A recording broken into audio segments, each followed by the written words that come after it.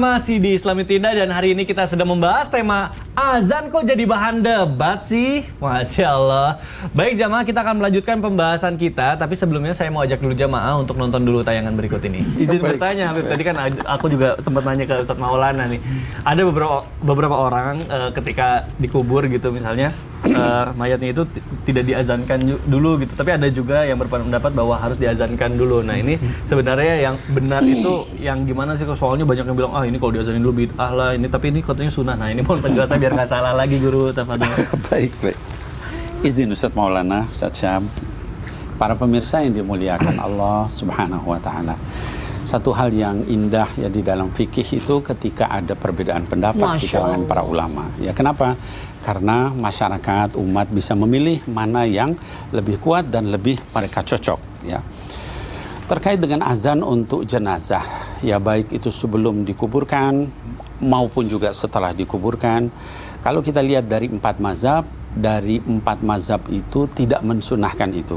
Ya, Imam Abu Hanifah ya dalam mazhab Hanafi, Ibnu Abidin menyampaikan dalam kitabnya Raddul Mukhtar ya bahwa tidak disunahkan azan pada waktu orang meninggal. Kemudian yang kedua Imam Malik ya Al-Bahuti ya di dalam Kasyaful Qina itu juga menyampaikan tidak disunahkan. Kemudian dalam mazhab Syafi'i Imam Al-Haytami ya di dalam Tuhfatul Muhtaj, kemudian Ad-Dimyati ya di dalam I'anatul Talibin, ya kemudian juga Sulaiman Al-Jamal ya di dalam Hasyiatul Jamal itu juga menyatakan tidak disunahkan dalam mazhab Syafi'i. Dalam mazhab Hambali ya Ibnu Qudamah ya di dalam kitabnya Syarhul Kabir juga tidak disunahkan. Pertanyaannya, kalau orang azan di kuburan itu dalilnya apa? Ya. Di dalam satu kitab judulnya Al-Mawsu'ah Al-Fiqhiyah Al-Kuwaitiyah, itu kitab fikih paling lengkap, tebal luar biasa, 4 mazhab. Dikatakan di situ bahwa dibolehkan untuk azan kepada orang yang sudah meninggal, baik itu di kuburan sebelum dikuburkan ataupun setelah. Mereka mengambil kias dengan ketika orang dilahirkan saja tadi diadani, maka hendaknya meninggal pun diantar dengan azan. Itu yang pertama. Yang kedua adalah Syekh Uthman bin Zain Al-Yamani ya. Beliau menyampaikan ya bahwa adzan itu zikir. Oleh sebab itu maka dibolehkan. Yang kedua, adzan itu mengusir syaitan. Ya dalam hadis sahih dikatakan bahwa kalau misalnya dengar azan, syaitan itu kentut sambil lari nutup telinganya supaya enggak dengar azan. Di kuburan itu orang bisa histeris, orang bisa kemudian nangis berlebihan, sedih berlebihan, maka mereka menyatakan azan aja untuk mengusir setannya. Nah, pertanyaannya dari 2 pendapat tadi, yang tidak dan yang boleh. Lalu kalau boleh begitu, ada nggak dalil hadisnya selain kata-kata ulama tadi?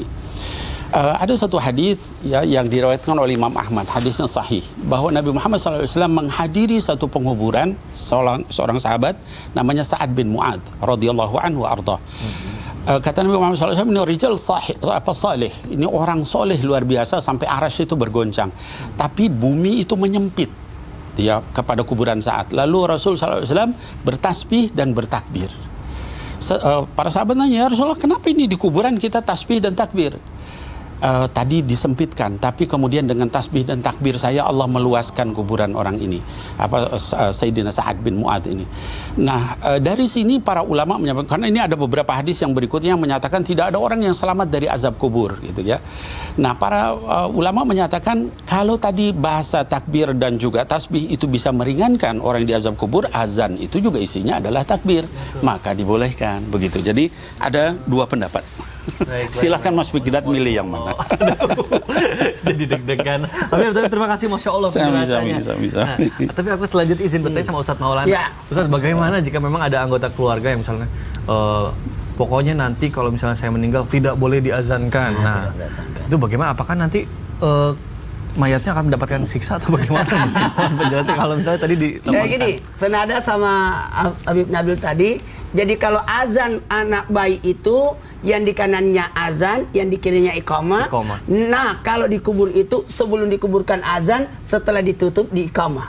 Nah, senada. Jadi dan ini bagian daripada sesuatu kebaikan karena bukan sesuatu yang buruk. Ya. Azan kan baik. Betul. Tadi mengusir setan dan sebagainya. Betul. Nah, kalau ada wasiat seperti ini, sepanjang tidak melanggar syariat, aman-aman aja.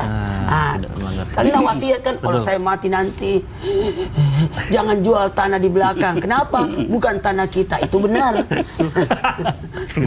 Tapi kalau sesuatu yang, kalau saya mati nanti, sembah kuburanku, tanamkan ini buat selesai. Ini yang tidak boleh. Ya. Nah, kalau ini boleh dilaksanakan, tidak ada masalah karena tidak melanggar syariat. Baik, Masya Allah. Masalah disiksa tadi, siksa itu kan pertanyaan dan sebagainya kan. Betul, Masya Allah. Siapa tuanmu? Kan begitu kan. Maaf ya. Jadi kan aduh. Mantap. Kagetin aku Habib Nabil juga loh. Kalau Habib Nabil mah aman. Itu menyemangati. Menyemangati. Aku udah sering Aduh, Habib nih. Nabil baik banget. Habib dikaget-kagetin. Menyemangati. Baik, Ustadz Maulana, Masya Allah, terima kasih jawabannya. Baik, Alhamdulillah, jamaah Islam itu yang dirahmati Allah. Luar biasa pembahasan kita hari ini. Kita akan lanjutkan. Selanjutnya saya mau ke Ustadz Syam nih. Yeah. Ustadz Syam, apa nih, izin bertanya nih. Selanjutnya, semua jamaah juga soalnya pasti pada penasaran nih. Mengapa Nabi Muhammad SAW tidak pernah melantunkan azan? Apakah tidak boleh hukumnya para nabi melantunkan azan atau misalnya memang ada alasan lainnya gitu? Baik, Bismillahirrahmanirrahim. Habib Nabil Ustadz Maulana Mas Bigdat, serta guru-guru kami yang dimuliakan Allah Subhanahu wa taala, kalau penasarannya sudah terjawab. Sudah dijawab tadi di segmen 1 bahwa Nabi pernah melantunkan azan. Kapan melantunkan azan? Ketika kelahiran daripada Hasan Hussein, cucu baginda Nabi SAW, Nabi melantunkan azan di telinga keduanya, yaitu azan sholat. Ya, di telinga kedua cucu beliau, maka Nabi pernah melantunkan azan. Nah, sekarang pertanyaannya, pernahkah Nabi melantunkan azan untuk sholat? Iya. Di masjid, menyeru azan untuk sholat di masjid, subhanallah. Maka jawabannya memang tidak pernah baginda Nabi Muhammad SAW melantunkan azan. Bahkan jangankan Nabi Muhammad SAW, Sayyidina Abu Bakar As-Siddiq, Sayyidina Umar bin Khattab, Sayyidina Utsman bin Affan, Sayyidina Ali radhiyallahu anhu, mereka semua itu khulafaur rasyidin, itu para khalifah itu tidak pernah melantunkan azan. Bahkan Sayyidina Umar bin Khattab mengatakan bahwasanya seandainya saya bisa ini, saya dikasih kesempatan azan ini, karena saking utamanya nih azan, saya pengen azan. Cuma karena tidak bisa saya azan. Maksudnya tidak bisa karena saya ditugaskan menjadi imam, bukan muadzin. Subhanallah. Maka kalau Sayyidina Umar bin Khattab saja demikian, apalagi baginda Nabi SAW. Maka alasan pertama, kata para ulama, kenapa Nabi Muhammad SAW tidak mengumandangkan azan? Karena khawatirnya kalau mendengar suara baginda Nabi Muhammad SAW menyerukan azan, lalu ada yang lalai daripada seruannya Nabi SAW, langsung berdosa besar. Kenapa? Karena Nabi yang memanggil, ya. Dua sini, panggilan Allah, panggilan Nabi, besar banget dosanya bagi orang yang mungkin entar ah, ya subhanallah. Walaupun yang mungkin yang lalai sekarang, walaupun cuma muadzin lokal gitu ya, kakek-kakek yang azan, tetap berdosa juga kalau kita mengabaikannya. Tapi lebih berdosa lagi kalau Nabi yang diabaikan, subhanallah. Maka Nabi tidak mengumandangkan azan. Kata para ulama, itu alasan yang pertama. Yang kedua, alasan kedua, kan azan ini dimulai pada saat tahun pertama Hijriah gitu. Dan yang memulainya itu bukan daripada mimpi baginda Nabi SAW, tapi daripada mimpi sahabat Sayyidina Bilal bin Rabah, kemudian Sayyidina Abdullah bin Zaid. Mereka ini yang bermimpi melihat daripada kalimah adzan, mendengar daripada kalimah adzan, maka Nabi SAW mengutus mereka berdua untuk daripada menjadi muadzin. Ada juga Abdullah ibni Maktum, subhanallah. Maka semua ini adalah sahabat-sahabat yang ditugaskan oleh baginda Nabi SAW. Yang ketiga, kenapa Nabi tidak mengumandangkan adzan? Karena memang disibukkan menjadi seorang imam. Disibukkan menjadi seorang imam. Ya kali dia yang azan, dia yang qomat, dia yang imam. Tidak. Tapi ada pembagian tugas. Nabi SAW disibukkan menjadi seorang pemimpin, menjadi seorang imam. Makanya Nabi SAW tidak mengumandangkan azan. Yang keempat, bukan hanya disibukkan menjadi imam, tapi disibukkan dengan hal-hal yang lainnya, yang mana Nabi ini mengurusi seluruh umat seluruh dunia. Ya, para sahabat diurusi oleh baginda Nabi Muhammad SAW, maka ditugaskan di posnya masing-masing. Bukankah dalam peperangan juga demikian? Nabi menempatkan ada sniper, ada yang perisai, ada yang garis terdepan, ada yang ditukar-tukar sama Nabi. Bukan Nabi sendirian yang melaksanakannya, tapi berkolaborasi dengan para sahabat. Wallahu ta'ala a'lam. Alhamdulillah sudah terjawab. Jadi bagi-bagi tugas Bagi-bagi gitu tugas, ya. Jadi Nabi gitu. karena sudah menjadi imam, makanya tidak melantunkan azan juga. Itu Betul. jawabannya. Masya Allah, terima kasih Ustadz Syam. Sama-sama. Nah, Habib Nabil, Afwan nih, aku ada satu pertanyaan lagi. Apakah semua laki-laki itu wajib untuk bisa azan atau memang tidak wajib? Karena mungkin ada beberapa juga tadi Ustaz Syam juga pernah cerita ada yang lagi azanin anaknya malah takbir gitu kan. Itu kan salah. Nah, apakah berdosa hukumnya kalau misalnya laki-laki tidak bisa azan atau bagaimana nih? Ya baik. Bismillahirrahmanirrahim. Rabbi syrah li sadri wa yassir li amri wahlul 'uqdatan min lisani yafqahu qawli. Para pemirsa yang dimuliakan Allah Subhanahu wa taala, tadi pertanyaan apa semua laki-laki wajib bisa azan? Yeah. Kita perlu tahu dulu hukum adzan itu apa, Mas Miqdad. Ya, jadi jumhur ulama berpendapat bahwa hukum adzan itu adalah sunnah. Mazhab Abu Hanifah, ya Hanafi, ya kemudian mazhab Maliki, mazhab Syafi'i itu menyatakan azan itu hukumnya sunnah muakkadah, gitu ya. Nah, mazhab Syafi'i menyatakan kalau kaitan dengan sholat berjamaah maka dia sunnah kifayah. Artinya sunnah yang kalau misalnya ada sebagian sudah azan terpenuhi sunnah itu. Kalau untuk sholat munfarid maka dia sunnah ain. Jadi sama kalau misalnya ini fardu ain, ada sunnah ain, ada sunnah kifayah. Nah, kalau dalam mazhab Hambali dikatakan bahwa itu hukumnya fardu kifayah untuk sholat berjamaah. Baik. Artinya fardu kifayah itu kalau sebagian sudah bisa, sudah mencukupi. Jadi jawabannya adalah kalau asal sudah sebagian bisa, maka nggak berdosa. Berarti bukan wajib. Terima kasih baik Habib Nabil atas jawabannya. Maksudnya, jadi Ustaz Maulana, apa nih aku dengerin Ustaz azan? Oh nanti. Nanti ya, aku penasaran. Baik, Masya Allah, Alhamdulillah jamaah Islam itu yang dirahmati Allah.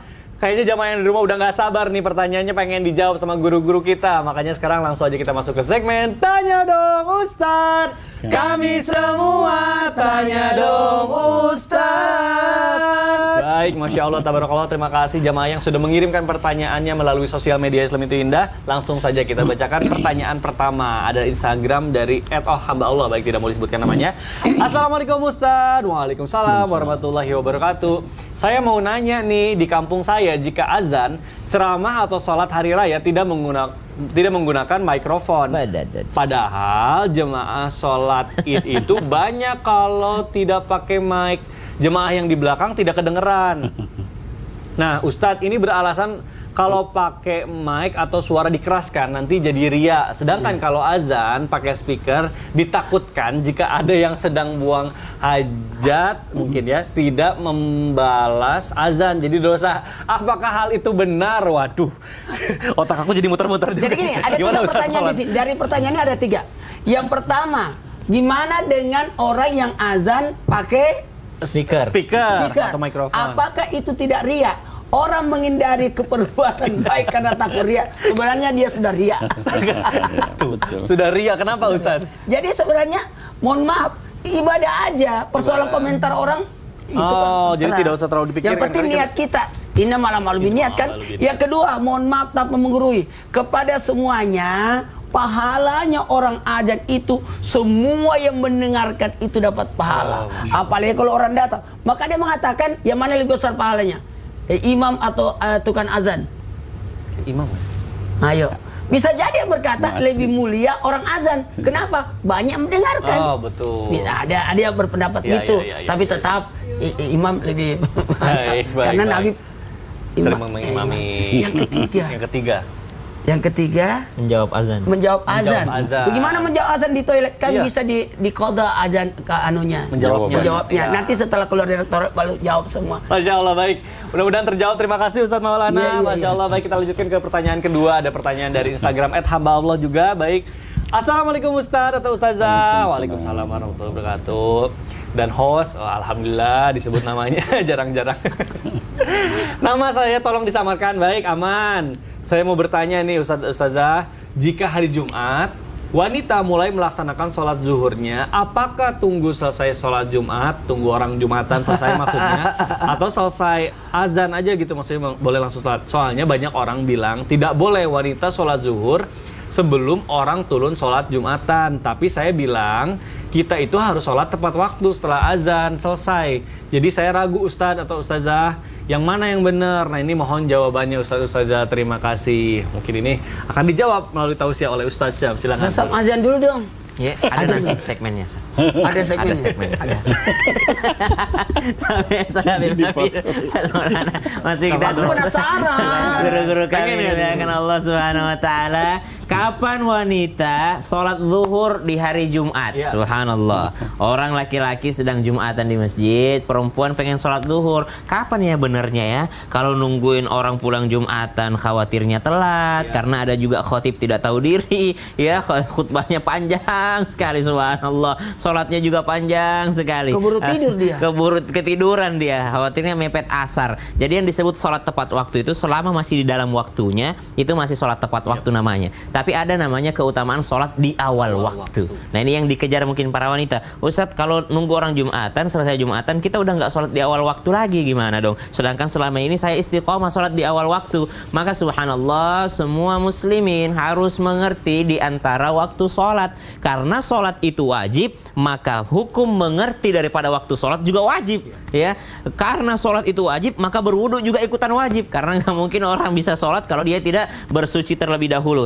Sama seperti mengerti waktu sholat. Waktu sholat zuhur itu apabila ketika matahari sudah condong ke barat, artinya dia sudah tidak pas bayangan di bawah kaki, sudah condong ke barat, waktu zawal namanya, maka sudah masuk waktu sholat zuhur.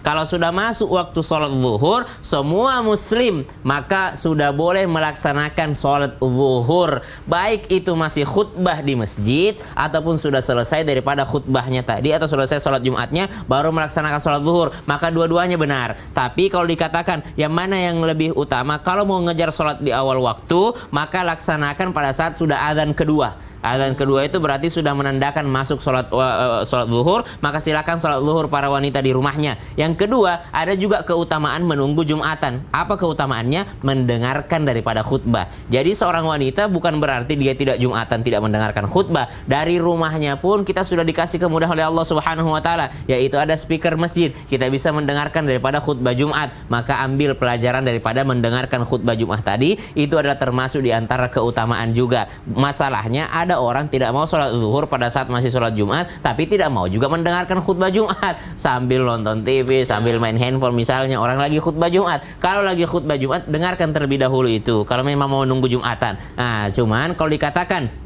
waktu sholat zuhurnya seseorang adalah ketika matahari sudah mulai tergelincir ke arah barat atau ke arah terbenamnya matahari, maka pada saat itu juga sudah boleh melaksanakan sholat zuhur, alias kalau mau mudahnya setelah daripada azan keduanya muadzin di masjid, berarti sudah masuk waktu zuhur bagi semuanya, baik laki-laki ataupun perempuan. Maka perempuan di rumahnya silahkan sholat zuhur. Kalau mau lebih utama silahkan mendengarkan khutbah. Kalau mau lebih utama dengan niat di awal waktu, silahkan melaksanakan pada saat adzan kedua. Jadi tidak ada masalah dengan ini. Bagaimana dengan pendapat orang-orang? Ya silahkan dengan pendapatnya, tapi wajib untuk mengerti kapan waktu sholat itu masuk. Wallahu ta'ala alam. Masya Allah. Mungkin alangkah bagusnya setelah azan kedua, habis itu dengerin tausiah setelah sholatnya ya. Ya setelah, boleh juga, iya, ya, bisa juga. tetap dikatakan sholat tepat waktu Tepat dia. waktu juga. Karena masih di dalam Masih waktunya. di dalam waktunya. Iya. Jadi perbedaan. Yang tidak boleh itu sudah mepet asar.